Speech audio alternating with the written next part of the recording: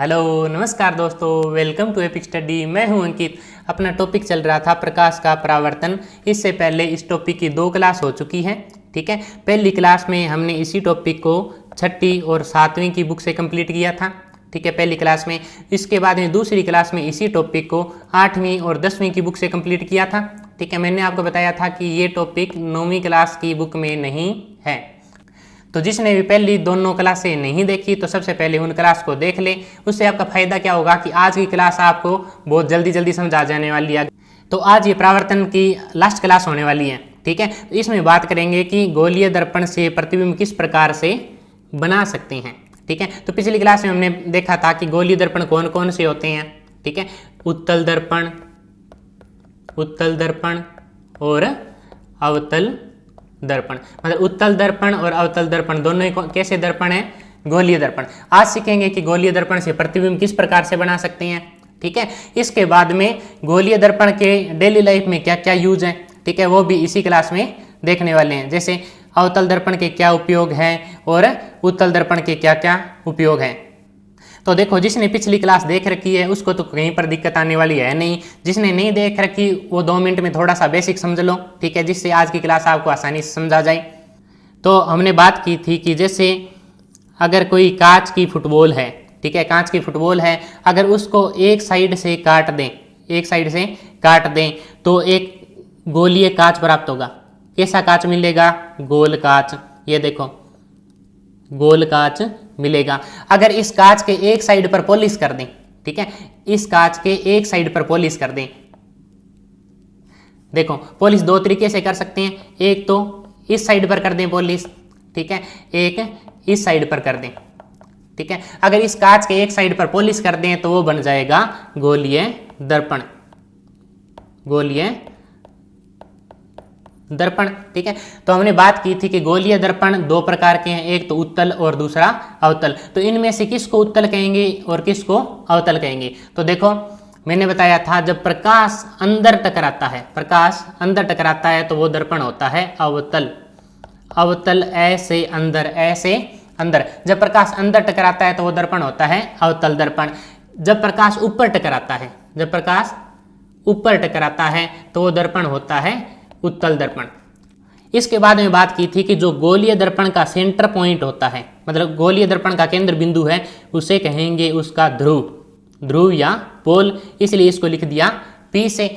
जो गोलीय दर्पण है इसका केंद्र है उसे कहेंगे दर्पण का ध्रुव। इसके बाद में जो बड़ा खोखला गोला है उसके केंद्र को कहेंगे वक्रता केंद्र, या वक्रता केंद्र को किससे लिखेंगे? C से। मतलब C की P से दूरी ये होगी बड़े गोले की त्रिज्या, या इसे कहेंगे वक्रता त्रिज्या। मतलब C तो हो गया वक्रता केंद्र और R होगी वक्रता त्रिज्या। ठीक है, इसके बाद में देखो C और P के बिल्कुल बीच में होगा F का मतलब हो गया फोकस बिंदु।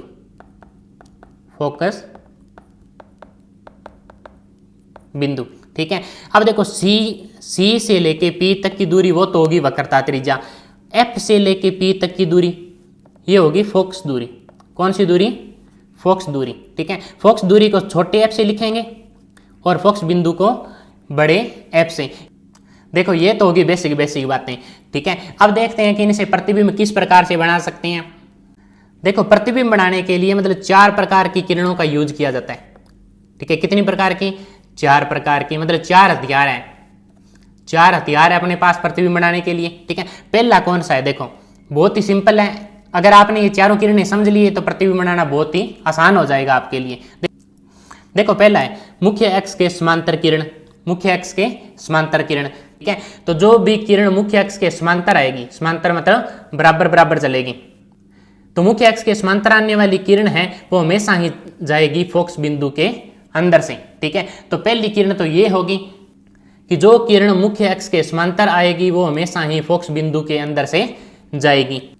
दूसरी किरण बिल्कुल ही इसकी उल्टी है। देखो कैसे? अगर कोई भी किरण फोकस में से जा रही है तो टकरा कर कैसे जाएगी? मुख्य अक्ष के समांतर। टकराकर कैसे जाएगी, मुख्य अक्ष के समांतर। मतलब दो किरणें समझ आ गई, ठीक है। पहली, अगर किरण समांतर है, अगर किरण समांतर आ रही है तो वो जाएगी फोकस में से। अगर कोई किरण समांतर आ रही है तो वो जाएगी फोकस में से। जैसे पहले ये किरण समांतर आ रही थी, ठीक है, मुख्य अक्ष के बराबर बराबर, ठीक है, तो वो जाएगी फोकस बिंदु में से, ठीक है। दूसरा इसका उल्टा, अगर कोई किरण फोकस में से आ रही है तो वो जाएगी मुख्य अक्ष के समांतर। जैसे ये किरण फोकस बिंदु में से आ रही है, ठीक है, तो ये जाएगी मुख्य अक्ष के समांतर। देखो दोनों किरणें समझ आ गई। अब चलते हैं तीसरी किरण पर। देखो तीसरी किरण कौन सी है, वक्रता केंद्र से गुजरने वाली किरण। वक्रता केंद्र मतलब सी से गुजरने वाली किरण वो किस प्रकार से आएगी, देखो जो किरण सी में से जाएगी, ठीक है, वो उसी रास्ते से वापस आ जाएगी। कहने का मतलब वो कहीं पर भी नहीं मुड़ेगी, जैसे जाएगी वैसे ही वापस आ जाएगी, ठीक है। पहला नियम क्या पढ़ा था कि जो किरण मुख्य अक्ष के समांतर जाएगी वो टकराकर फोकस में से आएगी, ठीक है। दूसरी किरण, जो अगर कोई किरण फोकस में से जा रही है तो वो टकराकर मुख्य अक्ष के समांतर हो जाएगी। मतलब समांतर वाली तो फोकस में से और फोकस वाली समांतर हो जाएगी। तीसरी किरण कौन सी है, अगर कोई किरण सी में से जाएगी तो सी में से ही वापस आ जाएगी। चौथी किरण कौन सी है, देखो चौथी किरण, अगर कोई किरण ध्रुव पर, ध्रुव मतलब पोल पर, ठीक है, जितने कोण पर आएगी उतने कोण पर ही वापस जाएगी। जैसे अगर कोई किरण है, ठीक है, वो पोल पर 30 डिग्री पर आ रही है तो कितने पर जाएगी वापस, 30 डिग्री पर ही वापस जाएगी। ये तो होगी चारों किरणें। अगर आपको ये समझ आ गया तो प्रतिबिंब निर्माण बहुत ही आसान हो गया आपके लिए, ठीक है। तो पहली किरण कौन सी थी, जो किरण मुख्य अक्ष के समांतर आ रही है वो टकराकर फोकस बिंदु के अंदर से जाएगी। दूसरी किरण कौन सी थी, जो फोकस बिंदु में से जा रही है वो टकराकर मुख्य अक्ष के समांतर हो जाएगी। तीसरी किरण कौन सी है, जो सी में से जाएगी वो सी में से ही वापस आएगी। चौथी किरण कौन सी है, जो ध्रुव पर जितने कोण से टकराएगी वो ध्रुव से उतने ही कोण से वापस चली जाएगी। और देखो प्रतिबिंब कहाँ पर बनेगा, जहां पर दो किरणें, कम से कम दो किरणें एक स्थान पर मिलेगी वहां पर प्रतिबिंब बनेगा। मतलब प्रतिबिंब बनाने के लिए इन चार में से कम दो किरणें मिलनी चाहिए, ठीक है। मतलब चारों की जरूरत नहीं है, चार में से कोई भी दो का यूज करके हम प्रतिबिंब बना सकते हैं। अब देखते हैं कि प्रतिबिंब बनेगा कैसे। तो बनाकर देखते हैं कि उत्तल दर्पण और अवतल दर्पण से प्रतिबिंब निर्माण किस प्रकार से कर सकते हैं। देखो अवतल दर्पण से प्रतिबिंब निर्माण, इसके बाद देखो अवतल दर्पण से प्रतिबिंब निर्माण की टोटल 6 कंडीशन है, ठीक है। मतलब इसमें टोटल 6 चित्र बनेंगे। और इसके बाद में उत्तल दर्पण से प्रतिबिंब निर्माण, इसमें टोटल 2 कंडीशन है, मतलब 2 चित्र बनेंगे। अब बात आती है कि उसमें 6 क्यों बनेंगे और इसमें 2 क्यों बनेंगे। देखो अवतल दर्पण 6 प्रकार के प्रतिबिंब बना सकता है। क्यों? क्योंकि अवतल दर्पण पर वस्तु को रखने के लिए 6 अलग अलग स्थितियां हैं, ठीक है। और उत्तल दर्पण 2 ही प्रकार के प्रतिबिंब बना सकता है, क्योंकि उत्तल दर्पण के पास वस्तु को रखने के लिए 2 ही स्थान है, ठीक है। देखो कैसे, तो देखो जैसे ये अवतल दर्पण है, ठीक है, तो इसमें वस्तु को कहाँ पर रखेंगे, पॉलिश वाली साइड है, इस साइड तो वस्तु को नहीं रखेंगे, वस्तु को हमेशा ही उस साइड पर रखेंगे जहाँ पर पॉलिश नहीं है। तो देखो ये हो गया इस दर्पण का ध्रुव P। इसके बाद में ये हो गया बड़े गोले का सेंटर, बड़े गोले का सेंटर मतलब वक्रता केंद्र। इसके बाद में इसके बिल्कुल बीच में हो गया फोकस बिंदु, ठीक है। और बहुत दूर से आने वाली किरणें उनको ये मानेंगे कि वो अनंत से आ रही हैं, ठीक है। तो इसमें कुल स्थितियां देखते हैं वस्तु के रखने के लिए। पहली है जब वस्तु अनंत पर हो, ठीक है, ये पहली स्थिति होगी। दूसरी स्थिति जब वस्तु अनंत और C के बीच में कहीं हो, ठीक है, दूसरी स्थिति होगी। तीसरी स्थिति जब वस्तु C पर हो, ठीक है। चौथी स्थिति जब वस्तु C और F के बीच में हो, ठीक है। पांचवी स्थिति जब वस्तु F पर हो, ठीक है। और छठी स्थिति जब वस्तु F और P पर हो, ठीक है। यहाँ पर वस्तु नहीं हो सकती, कहाँ पर, P पर, क्योंकि जब यदि वस्तु P पर होगी तो प्रतिबिंब बनेगा ही नहीं। तो इस प्रकार इसमें कुल मिलाकर 6 स्थितियां होती है, इसलिए इसमें कुल 6 प्रकार के प्रतिबिंब बना सकता है अवतल दर्पण। अब बात करते हैं उत्तल दर्पण की कि उत्तल दर्पण दो ही प्रकार के प्रतिबिंब क्यों बना सकता है। तो देखो, तो ये एक तो हो गया इसका ध्रुव, दूसरा अनंत, ठीक है। बीच में कोई और पॉइंट है क्या? बीच में कोई पॉइंट नहीं है। क्यों? क्योंकि देखो जो सी और एफ वो किसके अंदर होते हैं? बड़े गोले के अंदर। सी और एफ होते हैं बड़े गोले के अंदर, मतलब वो तो पोलिस वाली साइड आ गई, ठीक है। तो पोलिस वाली साइड तो वस्तु को रख ही नहीं सकते, तो वस्तु को रखने के लिए अपने पास दो स्थितियां बचती हैं। पहली तो वस्तु को अनंत पर रख दें, दूसरी वस्तु को अनंत और पी के बीच में किसी भी स्थान पर रख दें। मतलब दूसरी स्थिति है जब वस्तु निश्चित दूरी पर हो, निश्चित दूरी पर, निश्चित दूरी पर मतलब अनंत और पी के बीच में कहीं पर। देखो प्रतिबिंब निर्माण के लिए अपने चार किरणें पढ़ी थी, चारों किरणें याद है, ठीक है। पहली किरण कौन सी थी? अगर मुख्य अक्ष के समांतर कोई किरण चलती है तो वो किस में से जाएगी? फोकस में से, पहली ये थी। दूसरी, अगर कोई किरण फोकस में से आ रही है तो वो टकराकर मुख्य अक्ष के समांतर हो जाएगी। देखो तीसरी कौन सी थी? अगर कोई किरण सी में से जा रही है तो वो सी में से ही वापस आएगी। चौथी कौन सी थी? अगर कोई किरण ध्रुव पर जा रही है तो जितने कोण पर जा रही है उतने कोण पर ही वापस आएगी। मतलब चार तो ये किरणें हैं जो आपको याद रखना है। देखो जब अपना प्रतिबिंब बना लेंगे उसके बाद में प्रतिबिंब के लिए चार चीजें बतानी है। पहला स्थिति, प्रतिबिंब की बतानी है स्थिति। दूसरा प्रतिबिंब की बतानी है प्रकृति, स्थिति प्रकृति। तीसरा प्रतिबिंब का बताना है आकार। चौथा प्रतिबिंब का बताना है आवर्धन, आवर्धन या एम। देखो स्थिति का मतलब हो गया कि प्रतिबिंब बन कहाँ रहा है। प्रकृति का मतलब हो गया प्रतिबिंब वास्तविक बन रहा है या काल्पनिक बन रहा है, ठीक है। मतलब किरणें वास्तव में मिल रही है या मिलती हुई प्रतीत हो रही है। आकार का मतलब हो गया कि प्रतिबिंब है वो वस्तु से बड़ा बन रहा है या वस्तु से छोटा बन रहा है। आवर्धन का मतलब हो गया कि वस्तु से कितना गुना बड़ा या कितना गुना छोटा बन रहा है, ठीक है। तो देखो सबसे पहले पहला प्रतिबिंब बनाते हैं जब वस्तु कहां पर हो? अनंत पर हो। देखो अवतल दर्पण से प्रतिबिंब निर्माण की 6 स्थितियां देखी है। पहली जिसमें वस्तु अनंत पर, दूसरा अनंत और सी के बीच में, तीसरा सी पर, चौथा सी और एफ के बीच में, पांचवा एफ पर, छठा एफ और पी के बीच में। तो सबसे पहले पहली कंडीशन मतलब जब वस्तु अनंत पर हो, जब वस्तु अनंत पर मतलब वस्तु की स्थिति अपने को दे रखी है। प्रतिबिंब के लिए ये चारों चीजें अपने को निकालनी है, मतलब प्रतिबिंब की स्थिति, प्रकृति, आकार और आवर्धन। ये चारों चीजें कब निकलेगी? जब अपना प्रतिबिंब बन जाएगा। तो देखो जब वस्तु अनंत पर थी, ठीक है, वस्तु अनंत पर है। अनंत पर का मतलब हो गया किरणें बहुत दूर से आ रही है। जैसे अगर किरण सूर्य से आ रही है मतलब 15 करोड़ किलोमीटर दूर से आ रही है तो उसको ऐसे मान सकते हैं कि वस्तु कहां पर है? अनंत पर है। तो वो सारी की सारी किरणें कैसी आएगी? समांतर आएगी। हमने पढ़ा था जो भी समांतर किरण आती है वो दर्पण से टकराने के पश्चात किससे जाती है? फोकस बिंदु से। किससे जाएगी? फोकस बिंदु पर। ये देखो सारी की सारी किरणें कहां पर मिल रही है? फोकस बिंदु पर। अब देखो चारों चीजें निकालनी है अपने को। सबसे पहले स्थिति पूछेगा, स्थिति कहां पर है? प्रतिबिंब की, जहां पर किरणें मिल रही है, मतलब स्थिति है फोकस बिंदु पर। प्रकृति मतलब वास्तविक है या आभासी है। अगर किरणें वास्तव में मिल रही है तो प्रतिबिंब कैसा बनेगा? वास्तविक। तो यहां पर किरणें वास्तव में मिल रही है तो प्रतिबिंब भी है वास्तविक। और जो वास्तविक प्रतिबिंब होता है वो हमेशा ही कैसा बनेगा? उल्टा। वास्तविक हमेशा ही कैसा बनेगा? उल्टा। और आभासी बनेगा वो कैसा बनेगा? सीधा। आभासी कैसा बनेगा? सीधा। तीसरा आकार। आकार कैसा है? बिल्कुल पॉइंट जैसा है, मतलब बिंदुवत बहुत ही छोटा आकार है। आकार बिल्कुल ही पॉइंट जैसा है। मतलब वस्तु तो सूरज जैसी बहुत बड़ी वस्तु है पर आकार एक पॉइंट जैसा बन रहा है, मतलब आकार बहुत ही छोटा है प्रतिबिंब का। इसके बाद में आवर्धन। आवर्धन मतलब प्रतिबिंब कितना गुना बड़ा बना या प्रतिबिंब कितना गुना छोटा बना है वस्तु से, ठीक है। देखो m का मान कैसे निकालेंगे?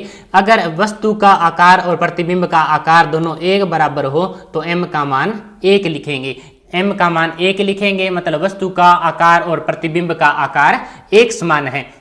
अगर प्रतिबिंब का आकार बड़ा बनेगा तो m का मान भी लेंगे बड़ा। किससे? 1 से। अगर प्रतिबिंब का आकार वस्तु से छोटा होगा तो m का मान भी 1 से छोटा लेंगे, तो देखो यहाँ पर प्रतिबिंब का आकार तो बहुत ज्यादा छोटा है, क्योंकि वस्तु तो सूर्य जैसी बड़ी है, प्रतिबिंब बिंदु के आकार का है, तो प्रतिबिंब बहुत छोटा है, इसलिए m का मान बहुत ही ज्यादा छोटा होगा। देखो पहली स्थिति में वस्तु अनंत पर थी, ठीक है। अब वस्तु को थोड़ा पास लेकर आए, ठीक है, तो वस्तु अनंत और C के बीच में कहीं पर आ गई, ठीक है। वस्तु ये अनंत और C के बीच में है, ठीक है। अब देखेंगे कि प्रतिबिंब कहाँ पर बन रहा है। तो एक तो मुख्य अक्ष से समांतर चलने वाली किरण, मैंने आपको बताया था कुल 4 किरणें हैं, 4 में से 2 का यूज करेंगे तो प्रतिबिंब बन जाएगा। तो पहले हमने किरण भेजी मुख्य अक्ष के समांतर किरण, जो समांतर किरण है वो जाएगी अपने फोकस बिंदु के अंदर से, ठीक है। दूसरी किरण देखो हमने C से भेज दी, क्यों? क्योंकि C वाली किरण है वो टकराकर वापस C में से ही आएगी, मतलब कोई भी 2 किरणों का आप यूज कर लो, प्रतिबिंब आपका बन जाएगा। जहां पर किरण मिलेगी वहीं पर प्रतिबिंब बन जाएगा। तो देखो अब वही 4 बातें वापस बतानी है कि स्थिति कहां पर बनी। स्थिति बनी प्रतिबिंब की C और F के बीच में। प्रकृति मतलब वास्तविक है या आभासी है, किरणें वास्तव में मिल रही है तो प्रतिबिंब भी वास्तविक होगा, और जो वास्तविक होगा वो उल्टा होगा जो आभासी हो। अगर आभासी होता तो होता सीधा। आकार तो देखो वस्तु से छोटा बन रहा है, क्यों? वस्तु इतनी बड़ी है, प्रतिबिंब छोटा सा बन रहा है, तो आकार तो वस्तु से छोटा बन रहा है। प्रतिबिंब का आकार वस्तु से छोटा है, तो इसलिए m का मान भी 1 से छोटा होगा। चारों चीजें समझा गई। देखो अगला प्रतिबिंब, जब वस्तु C पर हो, वस्तु कहां पर हो? C पर हो, तो देखो पहली किरण जो मुख्य अक्ष के समांतर चल रही है वो टकराकर F में से निकल गई, ठीक है। दूसरी किरण हमने F में से गुजार दी, ठीक है। जो फोकस में से गुजरती है वो टकराकर मुख्य अक्ष के समांतर हो जाएगी, ठीक है। तो प्रतिबिंब कहां पर बनेगा? C पर। तो प्रतिबिंब की स्थिति, प्रतिबिंब बना C पर। प्रकृति मतलब वास्तविक है या आभासी है, किरणें वास्तव में मिली है इसलिए प्रतिबिंब भी है वास्तविक। आकार देखो बिल्कुल वस्तु के बराबर आकार का है। आवर्धन मतलब प्रतिबिंब बड़ा बन रहा है या छोटा, तो प्रतिबिंब अगर बराबर बन रहा है तो m का मान भी 1 के होगा बराबर। देखो 3 कंडीशन देख ली। पहले वस्तु अनंत पर थी, बाद में वस्तु थोड़ी पास आई, वस्तु आ गई अनंत और C के बीच में। तीसरी कंडीशन में वस्तु और पास आई, वस्तु आ गई C पर। चौथी कंडीशन में वस्तु और पास आएगी, मतलब वस्तु आ जाएगी C और F के बीच में। जब वस्तु C और F के बीच में होगी तो 2 किरणें गुजारेंगे। पहली किरण देखो मुख्य अक्ष के समांतर किरण, जो किरण मुख्य अक्ष के समांतर होगी वो टकरा कर जाएगी फोकस बिंदु में से। दूसरी किरण कोई भी गुजार सकती हैं, हम गुजारेंगे फोकस के अंदर से किरण, वो टकरा कर मुख्य अक्ष के समांतर हो जाएगी, ठीक है। ये दोनों किरणें कहां पर मिल रही है? ये दोनों किरणें C से थोड़ा आगे जाके मिल रही है, ठीक है। मतलब प्रतिबिंब कहां पर बना? अनंत और C के बीच में। प्रतिबिंब की स्थिति बतानी है पहले, प्रतिबिंब कहां पर बना? अनंत और C के बीच में। इसके बाद में प्रतिबिंब की प्रकृति बतानी है, किरणें वास्तव में मिली है इसलिए प्रतिबिंब भी है वास्तविक। इसके बाद में आकार बताना है, आकार प्रतिबिंब का थोड़ा सा बड़ा है वस्तु से। और आवर्धन मतलब कितना बड़ा है? थोड़ा सा बड़ा है, तो आवर्धन m का मान बड़ा हो गया 1 से। इसके बाद में वस्तु को थोड़ा और पास लेके आएंगे, ठीक है। मतलब पहले वस्तु को C और F के बीच में रखा था, अब वस्तु को रख दिया F पर, ठीक है। जब वस्तु को F पर रख दिया तो पहली किरण कौन सी गुजारेंगे? मुख्य अक्ष के समांतर किरण। जो किरण मुख्य अक्ष के समांतर होती है वो जाती है फोकस बिंदु में से, ठीक है। इसके बाद में दूसरी किरण है। दूसरी किरण का अपने पास ऑप्शन है कि हम ध्रुव पर किसी कोण पर टकरा दें, ठीक है, और जितने कोण पर टकराएगी उतने कोण पर ही वापस जाएगी। तो ये दोनों किरणें देखो समांतर किरणें हैं, और जो अनंत से आती है वो भी समांतर होती है, और जो अनंत की तरफ जाती है वो भी समांतर होती है। तो प्रतिबिंब कहां पर बना? अनंत पर। इस पर बहुत ज्यादा बड़ा प्रतिबिंब बनेगा। देखो तो प्रतिबिंब की स्थिति कहां पर बनी? अनंत पर। प्रतिबिंब की प्रकृति कैसी बनी? वास्तविक, क्योंकि जो प्रतिबिंब वास्तविक होता है वो उल्टा होता है, जो उल्टा होता है वो वास्तविक होता है। स्थिति आ गई, प्रकृति आ गई। अब आकार कैसा बना? बहुत ज्यादा बड़ा प्रतिबिंब बना है, क्यों? वस्तु तो छोटी सी है, प्रतिबिंब बन रहा है बहुत ज्यादा बड़ा, तो आकार बड़ा, बहुत ज्यादा बड़ा। अगर आकार बहुत ज्यादा बड़ा है तो आवर्धन का मान भी 1 से बहुत ज्यादा बड़ा बनेगा। देखो पहले वस्तु फोकस बिंदु पर थी, अब वस्तु को और पास लेके आ जाएं, ठीक है। तो वस्तु कहां पर आएगी, F और P के बीच में। तो पहली किरण मुख्य अक्ष के समांतर, जो समांतर किरण है वो तो टकराकर फोकस में से निकल जाएगी। दूसरी किरण का ऑप्शन क्या है अपने पास, हम ध्रुव पर किसी कोण पर टकरा दें, जितने कोण पर आएगी उतने ही कोण पर वापस जाएगी। देखो ये दोनों किरणें दूर होती जा रही है, मतलब सीधी तो कभी नहीं मिलेगी, तो इनको बेक करके मिला देते हैं। प्रतिबिंब कैसा बनेगा, दर्पण के पीछे बनेगा। प्रतिबिंब की स्थिति बता दी, प्रतिबिंब बनेगा दर्पण के पीछे। प्रकृति देखो, ठीक है, किरणें वास्तव में नहीं मिल रही है, इनको पीछे करके मिलाया है, ठीक है। मतलब प्रतिबिंब वास्तविक नहीं, प्रतिबिंब है आभासी, और जो प्रतिबिंब आभासी होता है वो प्रतिबिंब सीधा भी होता है। देखो ये प्रतिबिंब सीधा भी तो बना है, ठीक है। स्थिति आ गई, प्रकृति आ गई। अब देखो आकार, आकार वस्तु से बड़ा है, वस्तु इतनी सी है, प्रतिबिंब इतना बड़ा बन रहा है, मतलब आकार वस्तु से बड़ा है। जो बड़ा प्रतिबिंब है उसके लिए m का मान भी क्या होता है, बड़ा, किससे, 1 से बड़ा। देखो अवतल दर्पण के लिए प्रतिबिंब बनाने के लिए 6 की 6 स्थिति हमने देख ली है। अब देखो उत्तल दर्पण से प्रतिबिंब निर्माण के लिए अपने पास 2 ही स्थितियां हैं, ठीक है। पहली तो ये है कि जब वस्तु कहां पर हो, वस्तु हो अनंत पर। दूसरा है जब वस्तु अनंत और पोल के बीच में किसी भी निश्चित दूरी पर हो, ठीक है। तो देखो जब वस्तु अनंत पर होती है तो उससे आने वाली किरणें कैसी होती है, समांतर, और जो किरणें समांतर होती है वो टकराकर किस में से जाती है, फोकस में से। पर ये उत्तल दर्पण है, ये किरणों को फैला रहा है, मतलब ये किरणें वास्तव में तो कभी नहीं मिल सकती, पर अगर इनको बेक करके मिलाएं, ठीक है, बेक करके मिलाएंगे तो जिस बिंदु पर मिलेगी वो बिंदु कौन सा बिंदु होगा, फोकस बिंदु, ठीक है, क्योंकि अनंत वाली किरणें हमेशा ही फोकस बिंदु पर मिलती है। अब वही 4 चीजें, स्थिति, प्रकृति, आकार और आवर्धन। प्रतिबिंब की स्थिति कहां पर बनी, फोकस बिंदु पर। प्रकृति कैसी बनी है, वास्तविक है या काल्पनिक है। प्रतिबिंब बना है काल्पनिक, क्योंकि किरणें वास्तव में नहीं मिली, वास्तव में तो ये किरणें अलग अलग दिशाओं में चली गई, ठीक है, परंतु इनको पीछे करके मिलाया है, मतलब प्रकृति हो गई काल्पनिक, ठीक है। जो आभासी या काल्पनिक प्रतिबिंब होता है वो सीधा भी होता है, आभासी और सीधा। स्थिति, प्रकृति, आकार, आकार तो बिल्कुल पॉइंट जैसा है, मतलब बिंदुवत आकार है। आकार कैसा है इसका, बिंदुवत, मतलब बहुत ज्यादा छोटा है, ठीक है। जो आकार बहुत ज्यादा छोटा है उसके लिए m का मान भी बहुत ज्यादा छोटा होता है। देखो इसके बाद में अंतिम स्थिति, मतलब जब वस्तु अनंत और पोल के बीच में कोई भी निश्चित स्थान पर है। ये देखो वस्तु यहाँ पर है, तो पहली किरण तो भेजेंगे मुख्य अक्ष के समांतर किरण। मुख्य अक्ष के समांतर किरण है, ये उत्तल दर्पण है, इसने इसको फैला दिया।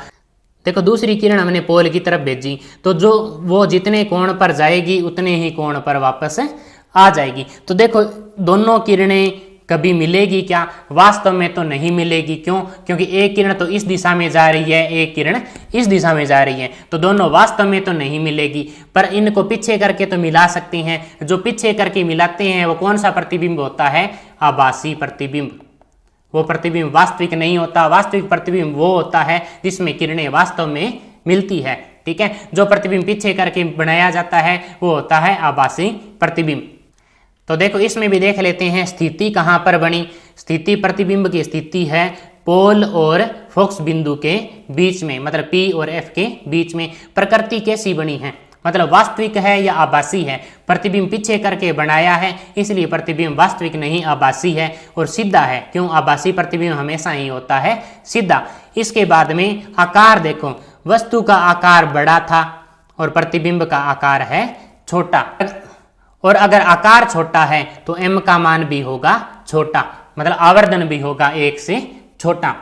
देखो अपने उत्तल और अवतल दर्पण से प्रतिबिंब बनाने तो सीख लिए, ठीक है। अब चलते हैं इनके उपयोग पर कि इनके डेली लाइफ में क्या क्या उपयोग हैं, ठीक है। तो उपयोग को देखने से पहले 2-3 इंपॉर्टेंट चीजें हैं वो आप देख लो। देखो सबसे पहले समतल दर्पण कैसा प्रतिबिंब बनाता है। समतल दर्पण मतलब जो हमारे घर में दर्पण लगा होता है, ठीक है, वो कैसा प्रतिबिंब बनाता है, तो वो बिल्कुल सीधा प्रतिबिंब बनाता है और समान आकार का प्रतिबिंब बनाता है। मतलब जैसे कोई समतल दर्पण है, ठीक है, उसके सामने कोई मोमबत्ती रख दी। अगर मोमबत्ती की लंबाई 5 सेंटीमीटर है, ठीक है, तो समतल दर्पण में भी मोमबत्ती की लंबाई कितनी होगी? 5 सेंटीमीटर। मतलब बिल्कुल सीधा प्रतिबिंब बनेगा और समान आकार का प्रतिबिंब बनेगा। इसके बाद में उत्तल दर्पण सीधा और छोटा प्रतिबिंब बनाता है। देखो कैसे, देखो हमने उत्तल दर्पण से केवल 2 प्रकार के प्रतिबिंब पढ़े, ठीक है। दोनों ही प्रतिबिंब कैसे थे? सीधे और आभासी। सीधे और आभासी, मतलब उत्तल दर्पण सीधा और आभासी प्रतिबिंब बनाता है और छोटा प्रतिबिंब बनाता है, ठीक है। ये देखो, ये भी छोटा प्रतिबिंब है, वस्तु इतनी बड़ी है, प्रतिबिंब छोटा है। यहां पर भी वस्तु अनंत पर है, मतलब वस्तु बहुत बड़ी है, और प्रतिबिंब बिंदु के समान, मतलब छोटा प्रतिबिंब है। और देखो अवतल दर्पण है वो 2 प्रकार के प्रतिबिंब बना सकता है, एक तो सीधा और एक उल्टा, ठीक है। उल्टा प्रतिबिंब अवतल कब बनाता है? देखो पहली 5 स्थितियों में अवतल दर्पण हमेशा ही उल्टा प्रतिबिंब बनाता है। यहाँ केवल 6ठी स्थिति में अवतल दर्पण सीधा प्रतिबिंब बनाता है। ये देखो, केवल इस स्थिति में अवतल दर्पण सीधा प्रतिबिंब बनाता है। देखो अवतल दर्पण सीधा प्रतिबिंब केवल एक स्थिति में बनाता है। कब बनाता है? जब वस्तु ध्रुव और फोकस बिंदु के बीच में रखी हो। जब वस्तु ध्रुव और फोकस बिंदु के बीच में रखी हो तब प्रतिबिंब सीधा और बड़ा बनता है।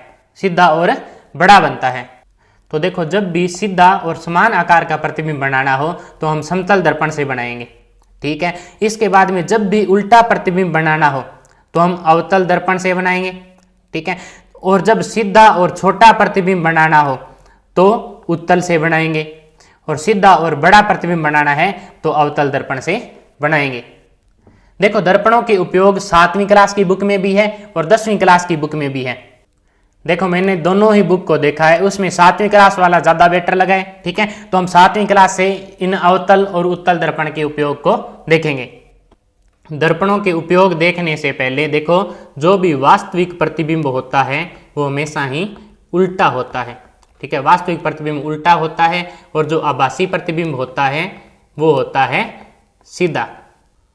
सीधा और समान आकार का प्रतिबिंब बनाना है, सीधा और समान आकार का प्रतिबिंब बनाना है तो समतल दर्पण का उपयोग करेंगे।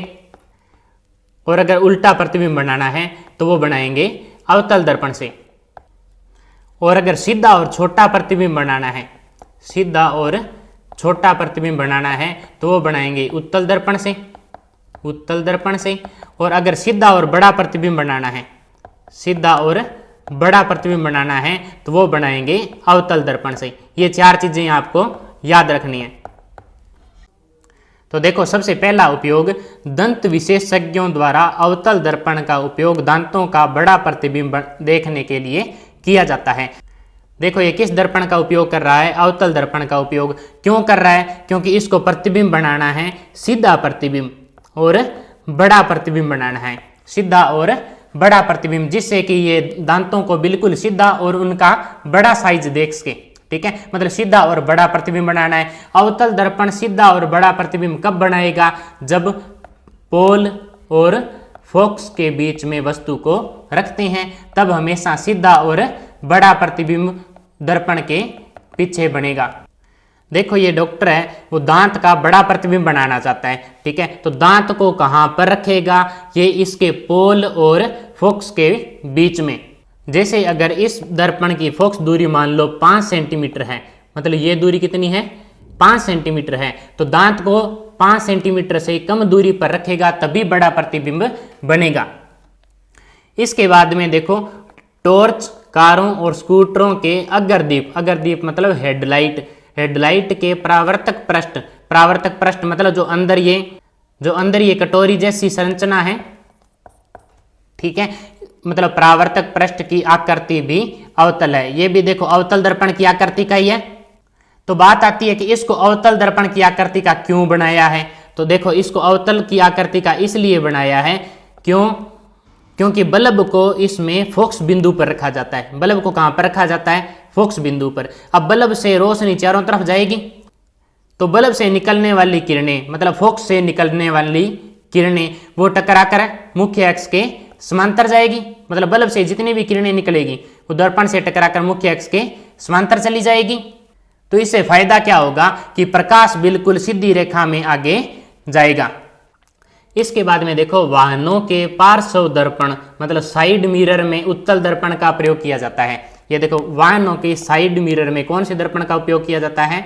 उत्तल दर्पण। तो बात आती है कि उत्तल का ही प्रयोग क्यों किया जाता है, अवतल का प्रयोग क्यों नहीं किया जाता? तो देखो उत्तल दर्पण कैसा प्रतिबिंब बनाता है? ये सीधा और छोटा प्रतिबिंब बनाता है। कैसा बनाता है? सीधा और छोटा प्रतिबिंब बनाता है। देखो छोटा प्रतिबिंब बनाने से क्या होगा कि रोड पर जितने भी वाहन आ रहे हैं सभी का प्रतिबिंब इस शीशे के अंदर आ जाएगा।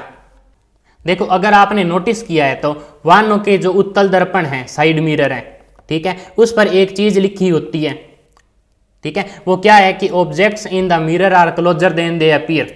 मतलब जो भी इसमें वस्तु दिख रही है जितनी दूर दिख रही है उससे ज्यादा नजदीक है। तो देखो यहां पर ये लेसन अपना कंप्लीट होता है। उम्मीद करता हूं कि परावर्तन का टॉपिक आपको अच्छी तरीके से समझ आ गया है।